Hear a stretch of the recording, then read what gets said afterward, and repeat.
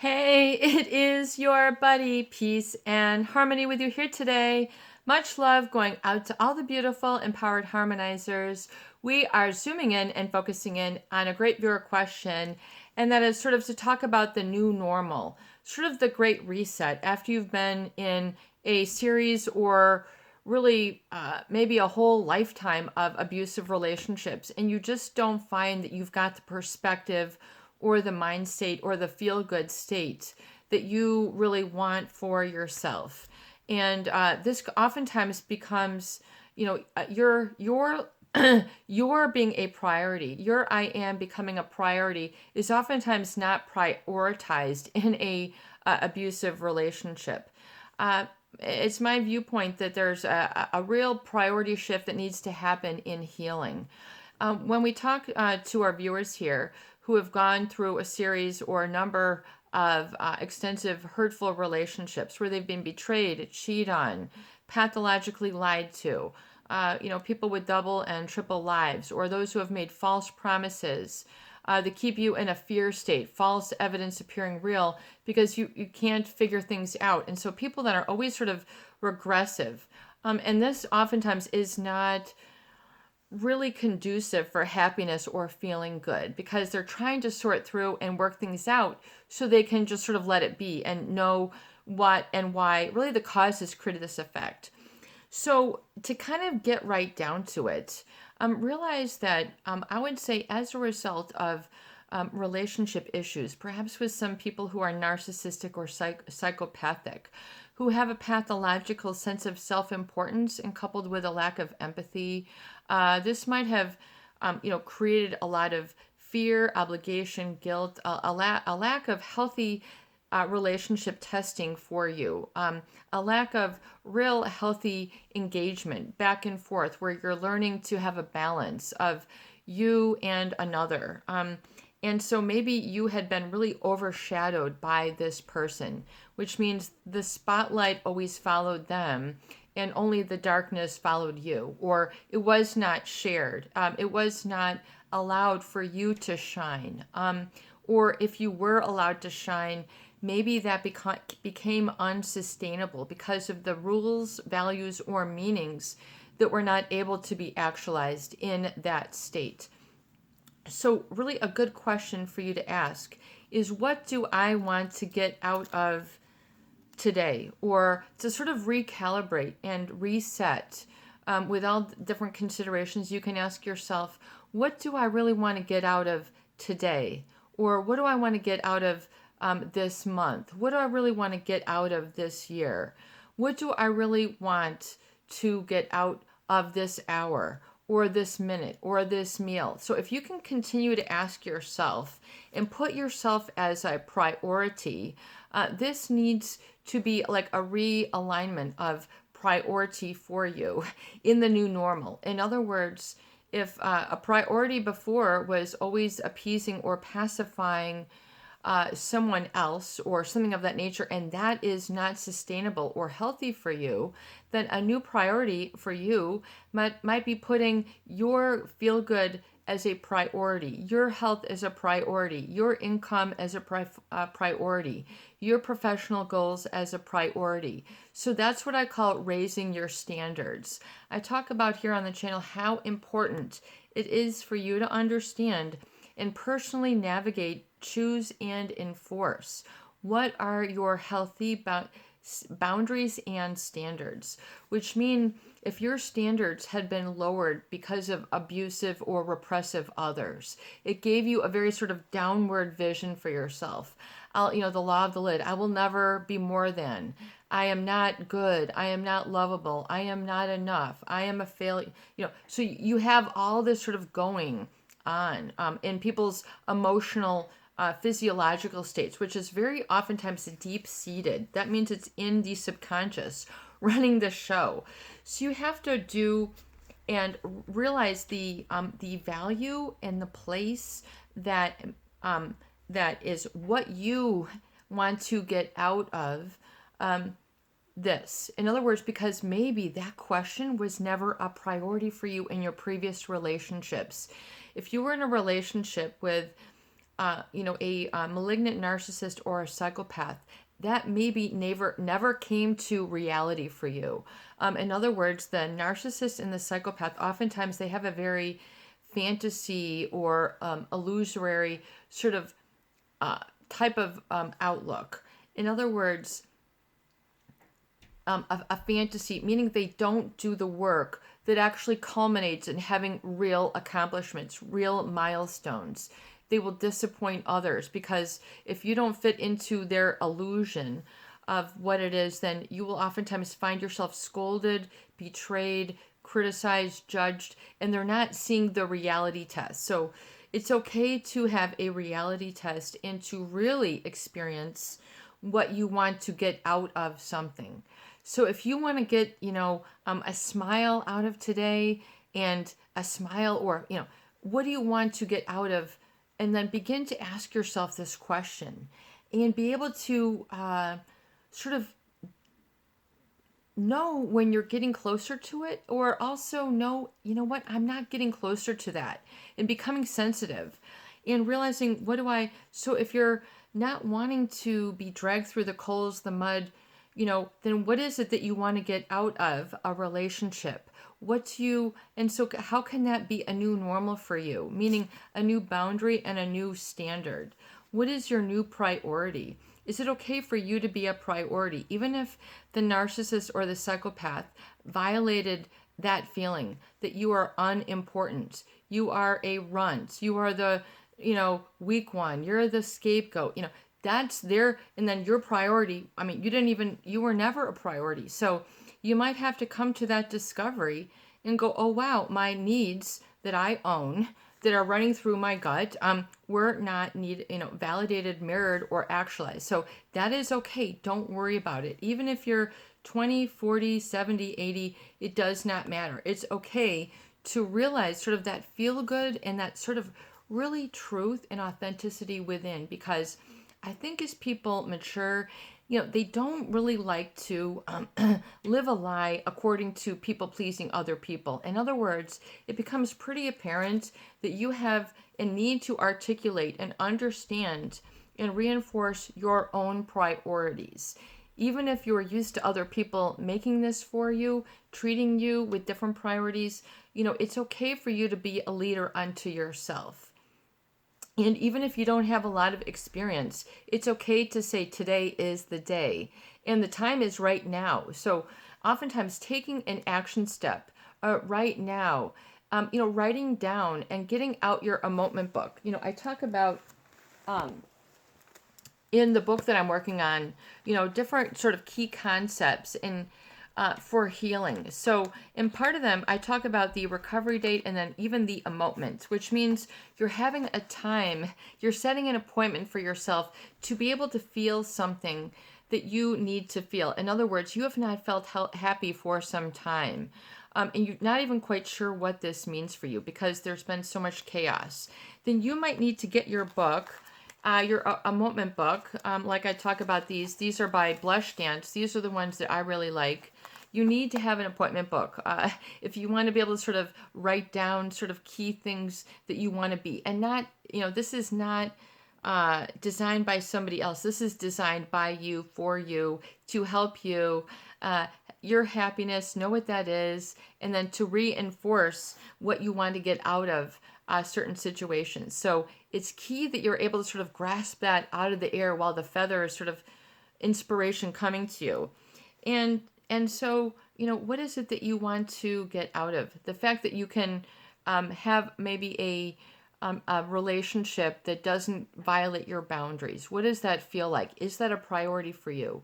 Or is learning something a priority for you? Is doing and really becoming masterful at a hobby what you want to get out of this day or this week? Or and then how do you maintain a focus on that, and to make sure that your action steps, your behaviors, and then your feelings and your values then are all in sort of alignment with that, and then this is oftentimes a new sort of feeling system that will energize people, oftentimes with energy that they have not felt or that it makes them maybe uncomfortable because they're afraid of success or they're afraid of failure. So there's all sorts of issues that can occur, but you need to sort of learn and become keenly sensitive to. So you're not in the suffering mode, you're in the I'm okay mode.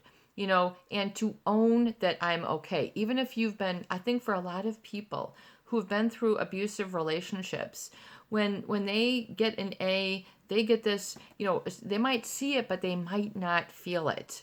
So oftentimes there's, I would say, a real hindrance or a scar that occurs with people who have been through maybe one or a series of narcissist or psychopathic abusive relationships, that they have a difficult time sort of owning their personal power or their own ability to be autonomous, independent, industriousness, and to be able to give back. So, all these different sort of positives, even though they have all this potential, it's like there's this block. So they're not able to bloom and be what they're supposed to be, who they're supposed to be, their own I am. And they always feel sort of shut out or, I'm not.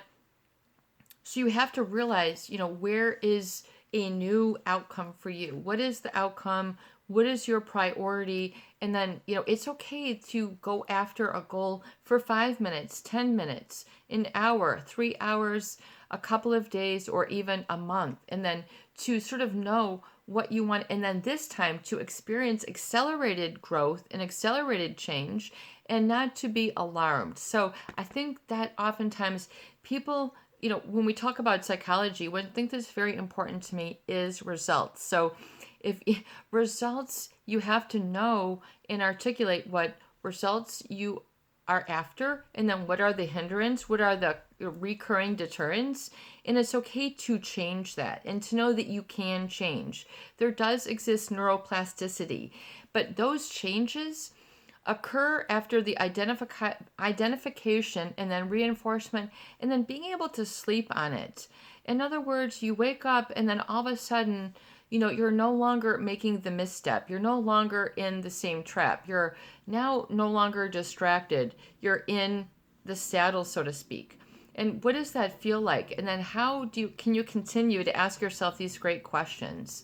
And how can you then also incorporate other relationships that enrich this and then solidify it and then give you what you might feel as light or energy and happiness or what this feels like? And then why do you take yourself away or sabotage yourself when this happens? Because a lot of people are not able to own their I am in the positive because it's been knocked down so many times that they're just replaying that in their mind. If, I'm okay, smack. I'm okay, smack. I mean, this can be a physical, emotional sort of hurt that, keeps you or knocks you off your T-ball. You're just, you're set up, like you're ready to do the golf swing. You're ready to take the pitch and then bam, in other words, where is your best focus for where you want? Do you want to become a golf pro, a tennis pro? Well-read in the news, well-read in a culture, well-read in a, you name it. What is your priority? And know what your priority is and say, okay, I see that I'm far off from my priorities, peace and harmony. Okay, well, don't worry about it. So then what action step, 1 or 2, or 3 can you take towards sort of getting there and then being okay with these baby steps and then slowly going back and then keeping on that focus and knowing what that focus is and what it can do for you and how you can balance it and not feel afraid of it being sort of taken away or knocked down through. Oftentimes people have these fear moments. Oh, I'm just going to be criticized. Someone's going to not value this. So this is for you. It's important for you, I would say, in healing to have a new reinforcement loop that is within. In other words, a reward system within. And, what do I want to get out of it? I want to have a hobby. So what do I want to get out of today? I want to develop a hobby. Maybe you want to be sewing pillows. Then part of your hobby might saying, well, then I need to go to a fabric shop or I need to go to wherever, and I need to get a knitting sticks or whatever it is, what do you want to get out of? And then being able to take the action steps and then to just get in it. Do it without criticizing yourself, saying, this pillow might be lumpy, this pillow might be too big, this pillow might be wrong. I mean, how many people take themselves and talk themselves out of opportunity or are going too far or too little? So being able to sort of know what is a good fit for you and to reinforce that and know this about yourself and then strengthen this I am. This might take some time to reinforce a new pattern of priorities and standards, and then reinforcing and rewarding yourself when you get to the milestones, especially as they're calibrated for you, that you make for yourself. In other words, the milestone might have been, I want to have a place in the garage where I can go and do a workshop, or I, have a place where I can do my reading or writing or painting, arithmetic, whatever it is, making sure that you have this. And so, and you are then defined by the positive. And for, once again, a lot of people who have been through abusive relationships feel very shaky ground about defining themselves on the positive because they don't have a lot of reality testing, especially when it comes to the genuine. So you don't have to do a reality testing. This is for you in your heart, your eyes, your soul moving forward. In other words, this is something that you can truly own. I call this like your internal real estate. And don't allow that to get vandalized. Make it vandalism proof, abuse proof. And are you okay with that and feeling that? This is your subconscious. So you have to really sort of call to mind when you really accomplish something in your life. Was there one moment when you really did something and you go, man, you know what? This is what it's all about for me. Here I am. Maybe you just got the job. Maybe you just got the 30-year anniversary. Maybe you just did something. What was that feel-good moment? And what does that feel like within you? And if you can imagine that, just sort of fusing your entire being, including just sort of, if you could even have it like over your head, like a really strong globe of white light, like it's just, you are lit up, you were shining. And this was not up for contention, abuse, being scarred. Where did you have that? A shining moment.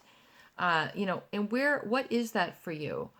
Personally, this is very much for you. In other words, maybe you helped somebody. Maybe you just made a big sale. Maybe you just got a new job. Maybe you just graduated your high school, your college. Maybe you just got married. Maybe, what is that feel good state? And what is that then for you now? So in other words, holding that feel good state within you right now and knowing what that is.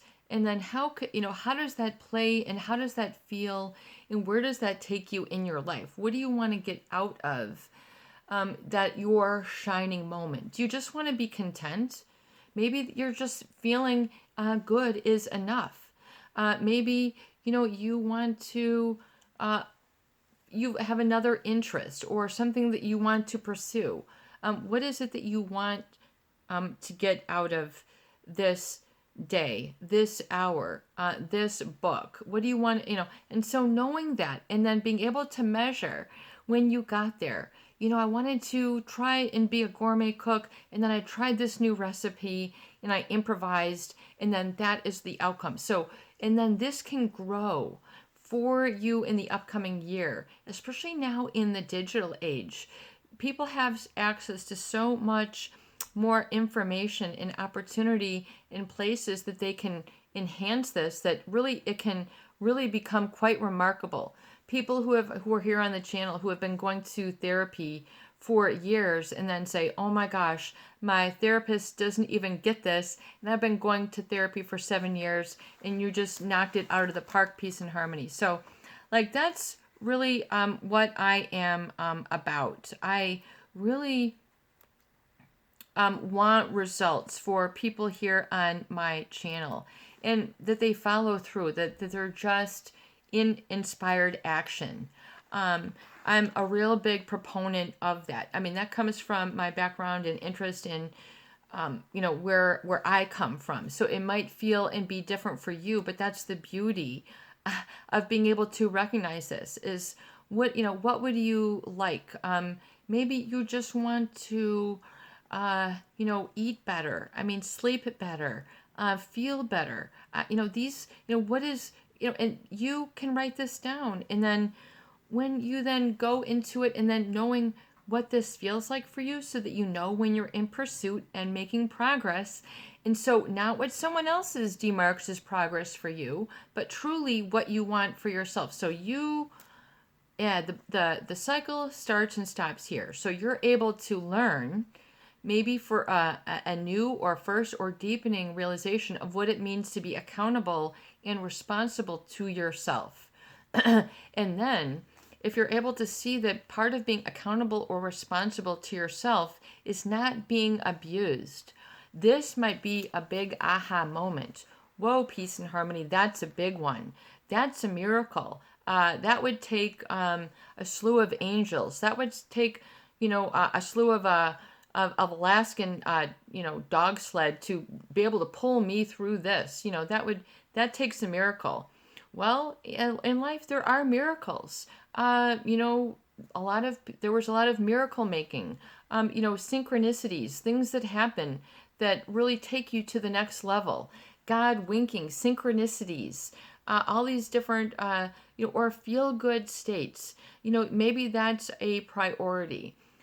To feel better. And what does that feel like? I'm no longer, I've changed my consumption. I've changed my texting. I've changed my TV watching habits. I'm now, taking in and consuming educational material instead. And what really lights your fire and keeps your fire going? Maybe you literally need a candle. Maybe you literally need to do is go out and get some wood and throw some logs on a fire and warm up and just do that. It's okay. Oftentimes for a narcissist, these little reinforcing states are not enough. For you to be true and humble might not be enough for an abuser. They have to have, we go and got a boat, we bought an airplane, we bought this, that might be part of your reset, that you're no longer consuming the same things that are no longer required. So in other words, you don't need all that anymore. That's a reset. So especially now, the new normal, I really feel that a lot of people's consumption habits, including their feeling consumption habits, what they're feeling and consuming is new. In other words, darting to the mall for this, instead of that being the new normal, it's, coming within and, becoming more focused on other goals could be the new normal for you. Not relying or needing all these other things that don't bring you lasting happiness. The things that the moth can eat the hole in. In other words, are you putting too much pressure on certain things that aren't making you happy or don't lead to everlasting happiness? And to realize, wow, that is pretty awesome. And then give yourself a recovery gift when you do reward yourself. In other words, what is that indicator of the new normal for you? Do you have a new blanket? Do you have a new desk? Do you have a new this? What does it look like? And how can you then create that in your physical reality? So you're now making it part of your life and it's becoming real. So that is what I hope will bring you better joy, happiness, and a strengthened identity that is resistant and sort of abuse proof.